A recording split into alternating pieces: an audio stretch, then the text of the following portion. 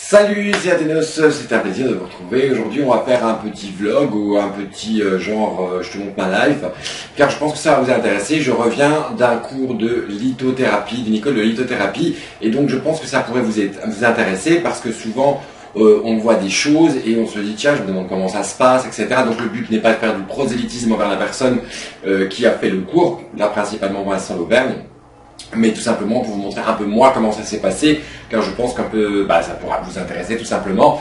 Alors pourquoi j'ai fait un cours de lithothérapie? La lithothérapie, je m'intéresse depuis longtemps, depuis des années. Or je pense que vous êtes comme moi, il suffit d'ouvrir plusieurs ouvrages de lithothérapie et souvent ils se contredisent les uns les autres et on ne sait plus à quel sens vouer. Bon, entre nous tout de suite, on peut vite faire un tri dans les livres, dans le sens où vous prenez un bouquin, je prends l'exemple de hier encore, où on vous dit, je ne sais pas, que telle pierre guérit du sida, guérit du cancer, vous pouvez foutre à la poubelle, que telle pierre est reliée à la lumière supralunaire de l'archange du 7e millénaire qui vous augmente la conscience vers des sphères subtiles. Bon, ça vous pouvez oublier, c'est du New Age.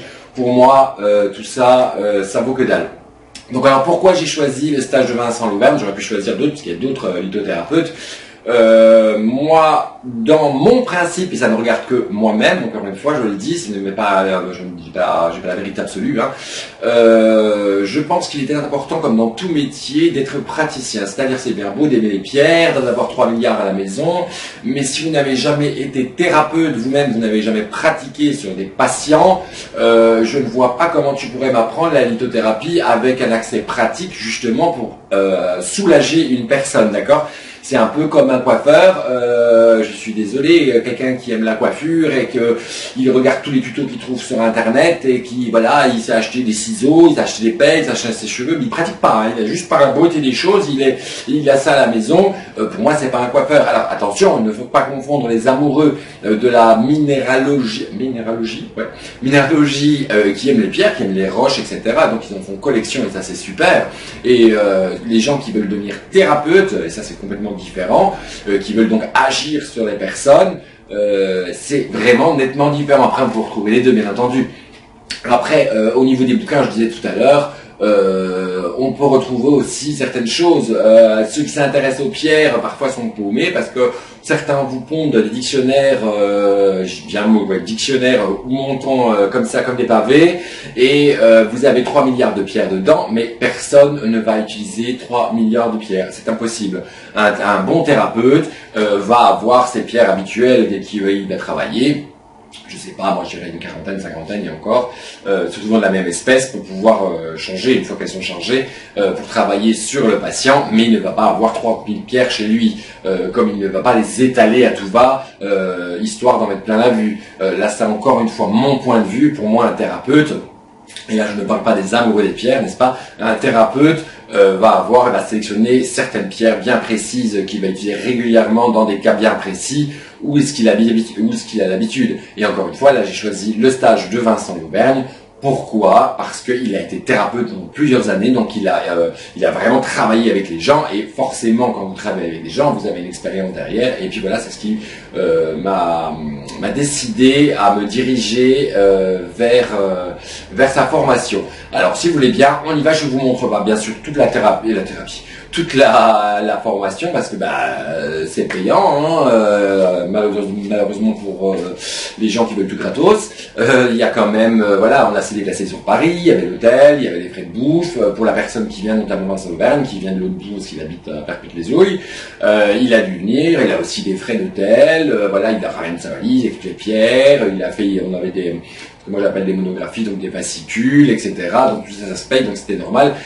Quand vous prenez de votre temps et que vous avez un cours de 9h du matin jusqu'à 17h, 18h, non-stop, c'était normal de payer la personne. Hein. Désolé pour les profiteurs. Donc là, on va aller vite fait et je vous explique un peu grosso modo comment ça s'est passé. Peut-être que là, ça vous intéressera. Pour ceux qui voudront, je mettrai l'adresse en dessous du site de Vincent Lauvergne, où ce qui explique parfois les dates où il fait les cours de lithothérapie, mais il fait plein d'autres choses, mais là, ce qui nous intéresse donc, c'est la lithothérapie. Allez, on y va. Et voilà, arrivé à Paris, dans la chambre. Si vous arrivez au Amiral, je sais plus quoi, hôtel, porte de Avenue d'Italie, je crois. Donc voilà la petite chambre. Je sais qu'il y en a qui sont curieux, donc c'est pour ça que je montre tout. Voilà. Coucou.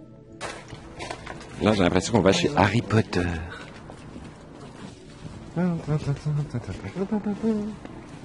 va remarquer déjà les premiers cours.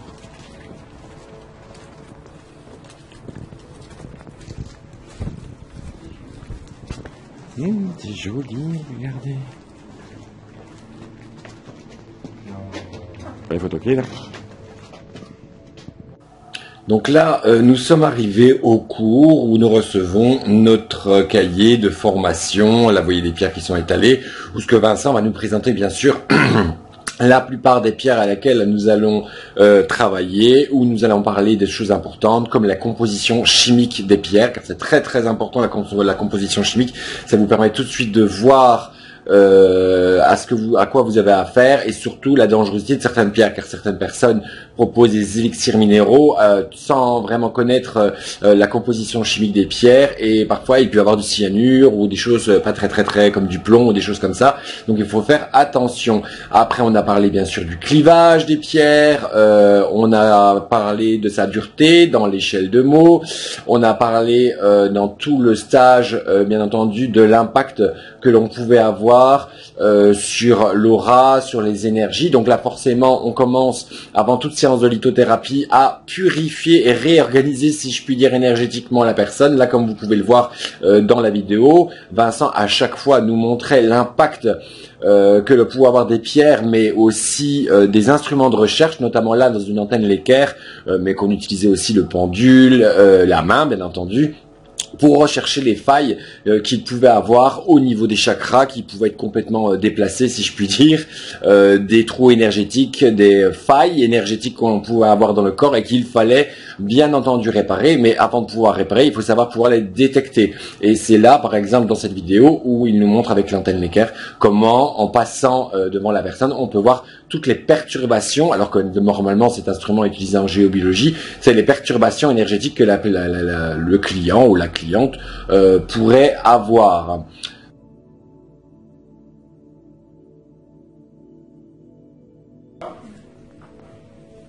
Moi, ce que je fais, alors généralement on colle pas le quartz directement sur le dos. Ça va aller. Moi, ce que je fais, c'est que je le mets à peu près 1 centimètre du dos, et ce que je fais en fait pour que ce soit plus simple. Vous voyez, je mets mon index qui dépasse un petit peu du quartz, et en fait je vais appuyer mon index. Bien sûr, après avoir montré donc toutes ces techniques de réharmonisation, il fallait s'entraîner, car c'est avant tout un cours pratique, essentiellement pratique, où on devait justement faire, par exemple là, des palpations au niveau de l'aura, afin de ressentir toutes les vibrations de la personne et ressentir tout ce qui pourrait la perturber. Et c'est ça qui est assez troublant, car là on vous montre directement, vous voyez, c'est mes petits pieds qui dépassent, on vous montre justement comment détecter toutes ces failles, les cicatrices que les personnes pourraient avoir éventuellement, etc. Je ne sais pas pourquoi j'ai mis la photo de mon cher et tendre. Là, vous me voyez sur cette vidéo, après avoir posé certaines pierres bien précises et sur des points bien précis, on est en train de nettoyer, de réharmoniser. Donc après avoir nettoyé la personne, on réharmonise son aura, tout en symbiose avec les pierres, car c'est pas parce que, je ne sais pas, vous avez une améthyste que vous devez forcément la poser sur le 3e œil. Il faut savoir qu'il y a aussi une réharmonisation des énergies au niveau de l'inversion des chakras, etc.